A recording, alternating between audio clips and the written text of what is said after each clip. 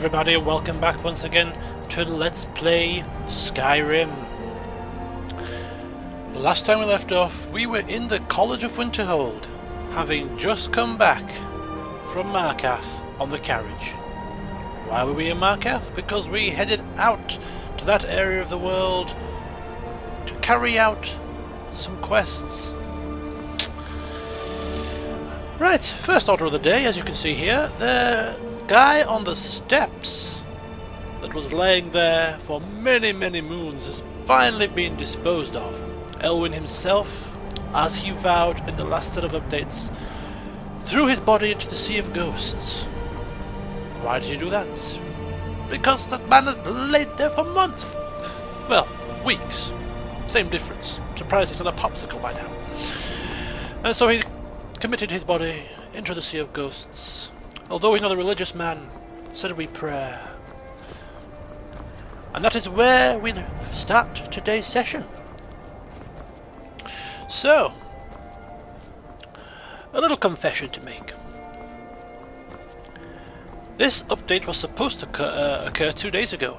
Remember on Halloween I played Slender and I did say at the end of the video that I would be updating my Skyrim LP tomorrow, i.e. on the 1st of November. It didn't happen. I did record the session, however there was a little bit of a snag. Halfway through the recording of the commentary, I record my commentary at the same time as I play the game by using sound recorder on the PC. And halfway through the session, the sound recorder crashed, which meant I lost about 40 minutes worth of commentary. So that's right, folks. This is not live commentary right now. This is actually after commentary. So it's going to be a little bit of a different experience for me. So about 40 minutes of this session will be after commentary. And the second part of the video, at the appropriate time, will revert back to live commentary, because when I noticed that sound recorder had crashed, I restarted it and carried on the session. So it's going to be a bit of a strange session. Half after commentary, half live. And if that made sense to you, you're doing well so far. So as we left off last time then, Elwynn and Brolina were in the library, the Arcanium.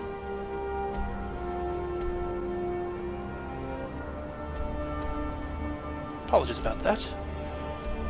My computer just decided to have a bit of a fit. Sorry about that. Well, anyway, it seems that this Skyrim session is not meant to go without a hitch. That's the second hitch I've had.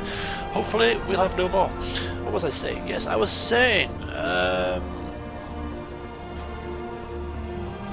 last time I left off, we were in the library, the Arcanium. Yes, the Arcanium of the college. Having just come back from Markarth, having retrieved a few books for Urag. And I remember Elwynn telling Brolina to gather some wine, get some food ready, whilst he goes and takes care of business and returns for a night of fun. A night of fun was had by both Brolina and Elwynn. Fun indeed. The wine was flowing, the food was scrumptious, and the books, well, they were plentiful. Urag, of course, being his usual miserable self, did not quite approve of the Archmage and his assistant, sitting in the library, chuntering away, telling stories of their great adventures, revelling in the marvel of the beauty of the Reach, pondering what awaits them in Markarth. Wine flowed, their voices got louder, more raucous, laughter, a bit of spilling. Urag looking on disapprovingly. This is a library. Silence, a place of study, not a place for you to laugh, joke, and cause disruption. Anyhow, they, Elwynn being the Archmage, ignored Urag, of course. Told him to lighten up, and continued with the evening of fun. Suffice to say, after a bit more wine drinking, a bit more spilling, fortunately none on the books, then Brolina, who surprisingly managed to what's happening? Oh, just stand by whilst we attack an assassin! Okay. Of course, Elwynn cannot tread without having somebody or something attacking him.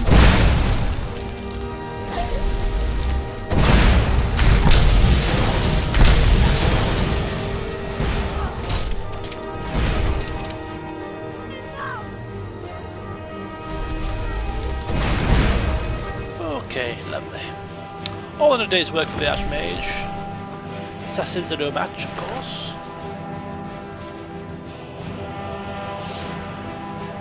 Okay. And it's the usual note. The Black Sacrament has been taken out. You will die, Elwynn, you will die! Or words to that effect. Anyhow. So yes, I was about to say, Brelina managed to outlast Elwynn in terms of drinking. And Elwynn was extremely tipsy, laughing and stuttering and slurring his words, eyes rolling into the back of his head. He'd had a bit too much to drink, but hey, he was letting his hair down. Brelina managed to remain rather sober. Is this a trait of the Dark Elves that they do not get drunk as quick as Britons? It seems to be the case. Anyhow, she escorted him back to his quarters, his chambers, tucked him up in his bed, and he started snoring pretty much instantly. His head hit the pillow and he was zonked. After that, of course, there was a few more days spent at the college, doing the usual college business, checking up with Tolfdir to ensure that nothing was untoward, and visiting Whiterun himself, not sending Brelina as a slave to carry out his bidding, but himself. He marched to Whiterun to sell his wares, or some of his wares, to raise some more coin, which he's putting away in a little nest egg to save up for some spell tomes in due course, when he can buy some new ones. And also, of course, the usual magical practice, which enabled him to advance in certain spell schools just that little bit further. And that pretty much sums up what happened between the last set of updates and this one. So the burning question you may be asking yourself, and it's taken me 1 minute, is that right? No, 7 minutes and 28 seconds to get there. The burning question is, where are we going? I gave you guys a chance to sort of influence my decision about where I should go next. The choices were two.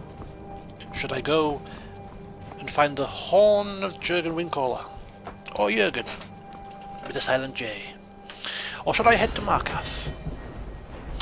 Here I am just showing you the leveling up I did. I got to level 60 Illusion, 60 Conjuration. I didn't level up Destruction because we already do that in battle.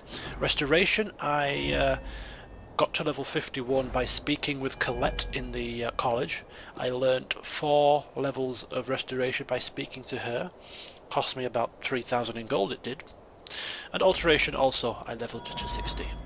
So not too much leveling done. I think about 3 levels for Conjuration, Illusion and Alteration, just to advance me that little bit further. I did not do any alchemy and did not do any enchantment. Enchantment? Yes. So, yes, I was just about to say, before I interrupted myself again, that we were going to make a decision. Horn of Jurgen Windcaller or Markarth? Now, I took your votes into consideration. Now, the reason I'm staring at Brelina here is because I'm trying to give you a look at her new clothing attire. She's ditched the blue miserable robes and put on the dark black robes. Of course, she already had the circlet from before. She has the fancy bow on her back, the necklace. She's looking totally different from when we first stumbled across her, hooded up, almost like she was shy and recluse.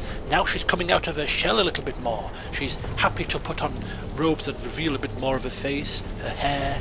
She's content. She's coming out a bit of her little shell. So there we go. Elwynn convincing Brelina to lighten up, and it's working.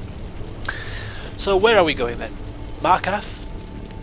Or are we going to find the Horn of Jurgen Windcaller?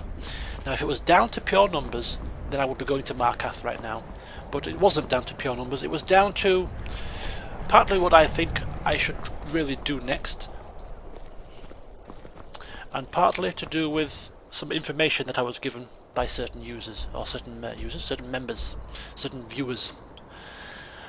Now, apparently, if I retrieve the Horn of Jurgen Windcaller and return it to the Greybeards, I complete the Unrelenting Force shout. Now, I know Elwynn would know that, a bit of metagaming and all that sort of affair, but I think that that would be most beneficial. Partly because I want to see it in its full, powerful form. On my way to Solitude, I want to shout people flying into the air, and that's basically the main reason. And I think it would be good to head on out there to Markarth with a maximised shout that we can use to have some fun with. So that is why I'm going to retrieve the Horn of Jurgen Windcaller first, and then do Markarth afterwards. Now, hopefully this won't take too long to retrieve the Horn of Jurgen Windcaller, and we can get to Markarth sooner rather than later. But I think it's only a small minor detour. And Elwynn has been he's a patient man. He's in no rush to dart off, and it leaves him more time to read some more of the Dwemer books before he goes to Markarth, because he's going to meet Calcimo, who is an expert in the field, the writer of Dwarves Volume 1, 2 and 3, of which Elwynn has read Dwarves Volume 1, but it also allows him to read the Dwemer Inquiries and things like that, which in turn is good for him, because he would like to speak to Calcimo at least on a par, on a level, and he would like Calcimo to think that Elwynn knows what he's talking about when it comes to Dwemer, so that he doesn't look down his nose at us and think of us as one of those plebs that he preaches at in his book. And I am merely here preparing myself in case I am ambushed inside the keep up the road. And speaking of the Dwemer Inquiries, last night, whenever it was, it might have been earlier, be that Elwyn's taken a few days off. At some point during the past few days when he's been at the college, he has had time to read the Dwemer Inquiries Volume 1, 2 and 3, of which we shall now recall the Dwemer Inquiries Volume 1. Sit back, relax, and as I like to say, grab yourself a cup of tea, some cookies, find a comfy chair, and enjoy the Dwemer Inquiries Volume 1. Dwemer Inquiries, Volume 1, Their Architecture and Civilization, by Thelwy Gilleen, Scholar. Part of a series of scholarly essays on the elusive Dwemer. In the deep halls, far from men, forsaken red mountain, twisted kin, hail the mind, hail the stone, dwarven pride, stronger than bone. It has been my life's work to investigate the Dwemer, their dubious history and mysterious banishment. My goal with this text is to share my findings and conclusions based on 80 years spent studying their unique architectural remains. The migration of the Deep Elves from our ancestral Dwemerith, now Morrowind, is a generally accepted fact. Recorded history supports this, specifically mentioning the Rorken clan's refusal to join King Dulmak in the forming of the First Council, and their subsequent exodus to Hammerfell. The architectural premise is also sound, as the building habits of the dwarves adapted and changed, albeit slowly and in subtle ways, over time and land. I propose that some of these differences are stylistic as well as practical. Traditional viewpoints suggest that the Vvardenfell Dwemer were the most prolific of their kind. Based on my excavations throughout Skyrim, Morrowind and High Rock, I am not sure that this is the case. While Vvardenfell is almost cluttered with dwarven ruins poking through the surface of the landscape, the construction of those ruins is fundamentally different from the majority of what I have observed elsewhere. Further, as we delve into Vvardenfell ruins, we notice that their internal structure is quite different. While major civic and operational chambers are found near the surface in a Vvardenfell ruin, that is not typically the case on the mainland. Minor passageways and storehouse rooms are near the surface, but more important locations don't occur until we explore much deeper. Because such major locations are well hidden in Dwemer ruins outside of Morrowind, Many scholars believe they were in fact not present in ruins outside that province.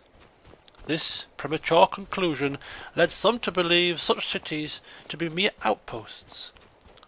My research has shown that this is not to be the case. There are a few theories that may explain this difference. Perhaps clan architects simply had their own styles and preferences when it came to civic planning. This seems only somewhat likely, as dwarven techniques were based on empirical study. There was likely little room for creative interpretation when it came to building technique.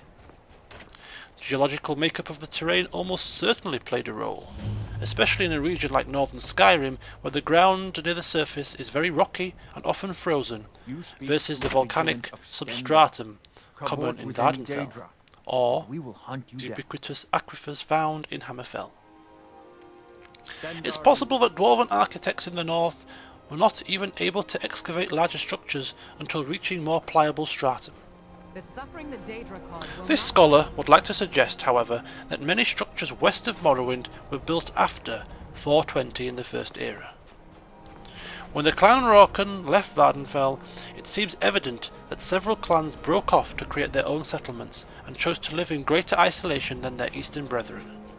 This theory is particularly fascinating because it leads me to believe that dwarven architects may have developed even more elaborate methods of hiding their strongholds over time. This opens the distinct possibility that undisturbed dwarven archaeological sites exist throughout Tamriel, even in southern areas like Cyrodiil or Blackmarsh, where dwarves are not believed to have ever had a significant presence. Though we ought not to get carried away on flights of fancy, one could extrapolate this logic to suggest that some dwarven clans were living among us for much longer than previously believed, perhaps well beyond the disappearance during the War of Red Mountain in the First Era 700.